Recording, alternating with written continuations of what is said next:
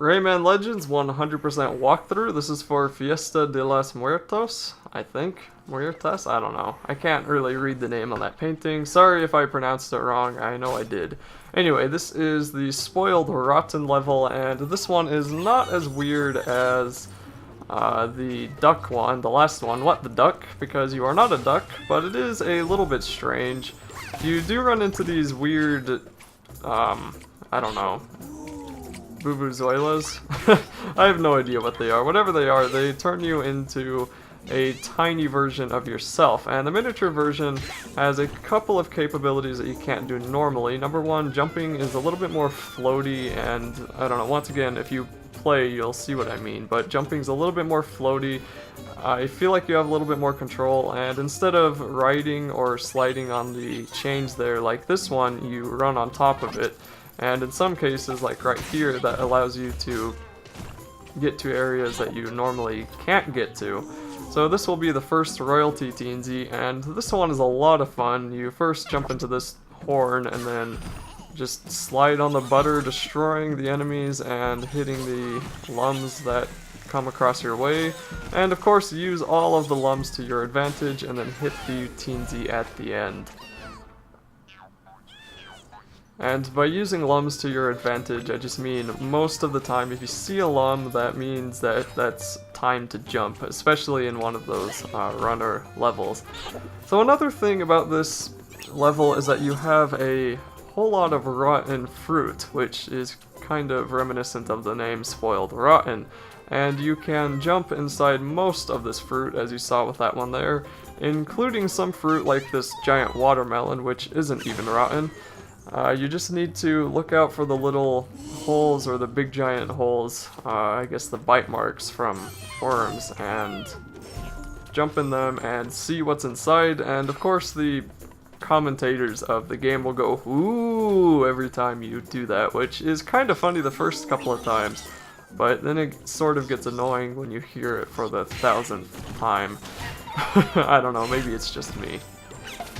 Another part of this level that's pretty interesting are these endlessly falling cooking pallets. I don't really know what to call them either, but maybe they're not cooking pallets, I don't know. But first, before I talk about that, I will talk about this guy, which you just want to wait for the basketball to fall down, bounce, jump up, hit it, and you'll be able to hit him. So anyway, these pallets which are going down have a certain pattern, which usually you can follow and get lots of extra lums, and in some case a teensy like this one.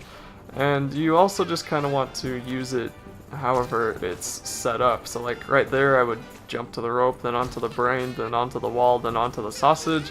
For there, if I were tiny, I could run on into the, I don't know, pipe thing, whatever that is, cylinder of wood, and get some extra lums from those worms. And you can just kind of move around here, look and see what's around.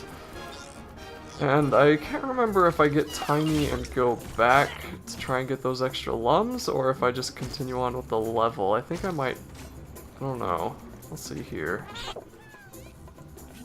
That is where, that teensy right there gave me problems on my first couple of playthroughs, so no, I do not go back. If you're wondering why I do not remember, it is because I record this game in like huge batches of videos, so I have like 60 videos recorded, so I can't remember everything, I'm sorry.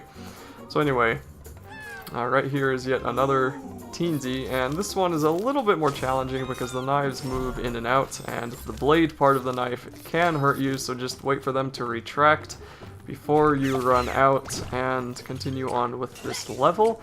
Of course, be sure to not die like I almost did there, and destroy any enemies that you see, just so you can get the extra lums, so you can get the extra lums, and that way you can get the 600 count, which you need at the end of this level for the golden trophy. This particular endless moving pallet of food is a lot of fun because it's way more set up to be run with, purpose, I guess? I don't even know how to explain it, but I mean, it was set up to where you could run, hit the brain, get some lums, run back, hit another brain, get more lums, and then jump over here, get into that tube, and become mini again, and get the extra hearts if you need it, get the extra lums because you will probably need them, jump inside the watermelon to get yet another TNT that was giving me problems, which really shows to go with this game. They're really good at hiding things in plain sight. And then the final TNT, which is kind of obvious, but at the same time may not be obvious. Kind of depends on who you are, really.